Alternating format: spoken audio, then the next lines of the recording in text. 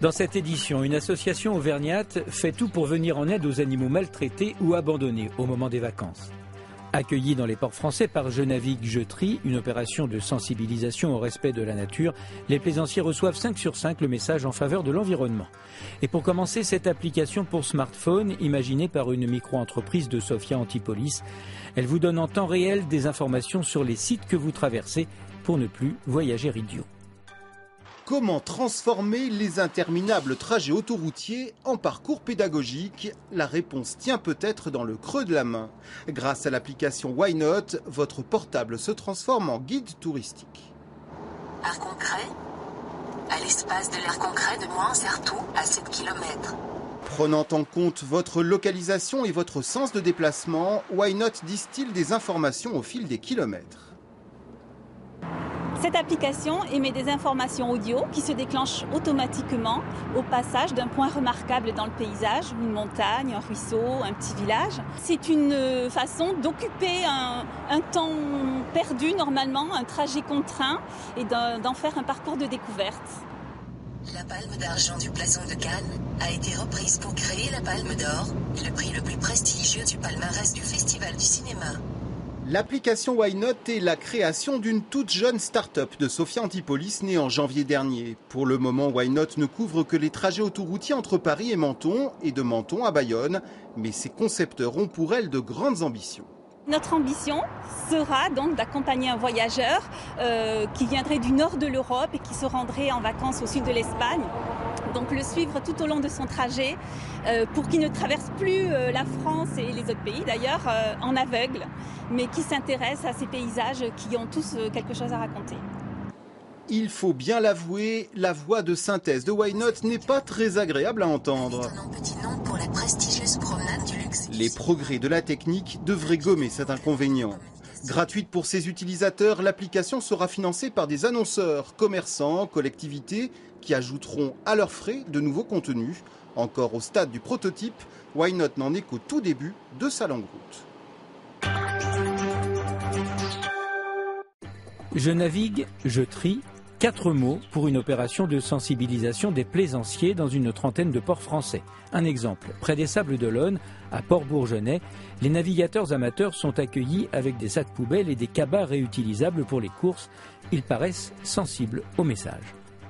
Et si la mer devenait une poubelle géante? Heureusement non, car depuis déjà quelques années, une prise de conscience tendrait à assainir les océans. Certains ports, comme ici à Port-Bourgenais, font même de la prévention en participant à l'opération « Je navigue, je trie ». Nous vous donnons une poche pour bien collecter vos ordures ménagères. Des sacs poubelles et surtout des containers pour déchets recyclables situés sur les quais. Beaucoup de plaisanciers jouent le jeu, mais pourtant tous pourraient accentuer leurs efforts, car même dans un espace réduit, on peut stocker ces déchets en attendant le retour au port. Oui, parce que sur un petit bateau, on ne peut pas faire de très très grande navigation. Au jour d'aujourd'hui, les déchets sur un bateau, on arrive à les tenir deux jours maximum. Donc 2 jours, on parcourt déjà une grande distance et généralement on s'arrête parce qu'on est fatigué. Avec 20 millions de tonnes de détritus rejetés à la mer par an en France, dont 6 millions par les navigants, certes, il y a des progrès à faire, mais pour ce formateur aux croisières, les temps ont quand même changé. Je me rappelle, moi, il y a 20-30 ans, on était toujours obligé de dire aux gens de pas jeter les trucs par-dessus bord, de les mettre dans... Maintenant, quelqu'un qui jette un mégot par-dessus bord, tout le monde le regarde de travers, quoi. Et puis il y a le travail des associations, une des plus anciennes, Vacances Propres, 43 ans au compteur, s'occupe du problème des déchets dits sauvages. C'est elle qui, avec les capitaineries partenaires, fournit une partie du matériel. On met à leur disposition des sacs poubelles pour leurs déchets non recyclables et des cabas de tri réutilisables avec les consignes de tri bien exprimées dessus. Une mer bleue turquoise, on en rêve, ce sera difficile sur certaines côtes, mais une mer propre, le challenge est réalisable, avec entre autres 3 axes, la prévention, l'éducation et le recyclage.